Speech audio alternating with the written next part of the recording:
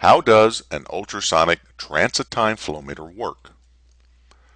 Every good theory has a good story that goes along with it. In this case, a man and a boat.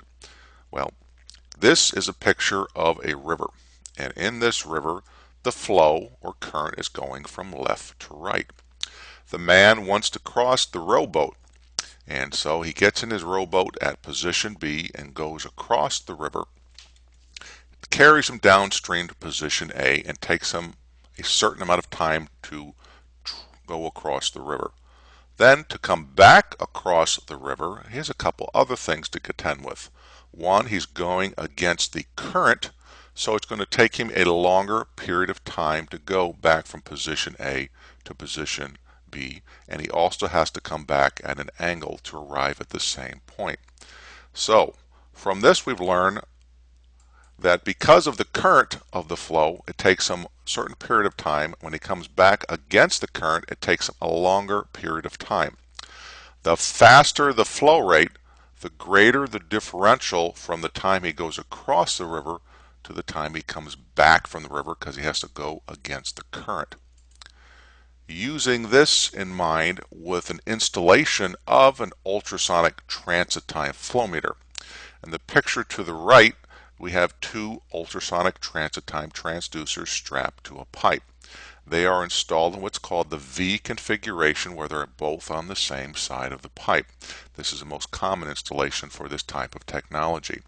The transducer on the left will send out a sound beam burst across the pipe, reflect off the back wall, and received by the transducer downstream. The electronics will take note of how long it took to transmit from the first transducer to the second transducer.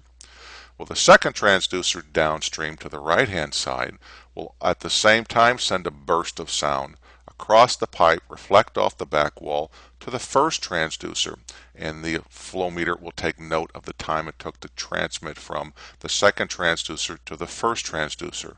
Now, both of the signals are influenced by the arrow on the left, which is the current of the liquid. So in this case there, the faster the current, the longer it takes from the transducer downstream to get to the transducer on the upstream side.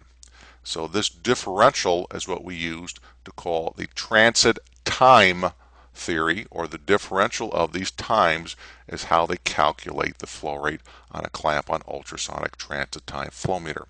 And the installation is a variety. In the lower right-hand corner is very similar to the man in the rowboat theory, where this is called a single path or a Z configuration, traditionally used in larger or difficult pipe applications, where we send our sound beam back and forth across the pipe.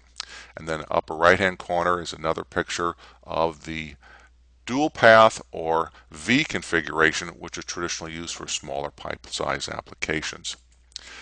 In addition to the theory of operation, where does a transit time flow meter work?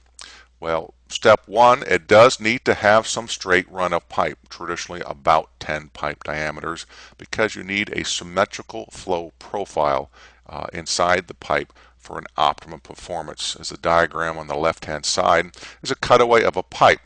Again, say a man in a motorboat this time is at the center of the pipe, where the flow is indicated there and the wake is cast out towards the side.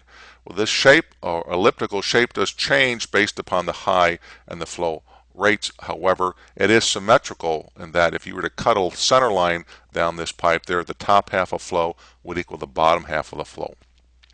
Where the opposite of that is in the asymmetrical flow profile, for example, right after a 90-degree elbow. Right after a 90-degree elbow, the flow is very disturbed, and say it looks like the inside of a washing machine because it's rolling. Because on the elbow there, you've noticed the distances on the outer diameter is a longer distance, on the inner diameter is a shorter distance, so you get a rolling effect right after that. So we'd like to stay away from a 90-degree elbow, and you like to get about 10 pipe diameters for optimum flow performance there. The second thing that an ultrasonic transit time flow meter needs is a closed full pipe. It'll work on an ultra pure liquid up to applications that are about 4 to 5% solids by volume. A generic description of that would be ultra pure liquid to sewerage, but it does not work on sludge. Don't confuse an ultrasonic transit time flow meter with an ultrasonic Doppler flow meter. Doppler flow meters are traditionally used for heavy slurry applications, and that is covered under a different theory. Here's a brief look at traditional applications used for ultrasonic flow meter. Again, as you can see, with an ultrasonic transit time flow meter that work in an aqueous base application, whether it's water or oil, it really doesn't make any difference, or mixtures of them. The Doppler technology, again, is used for heavier slurry applications.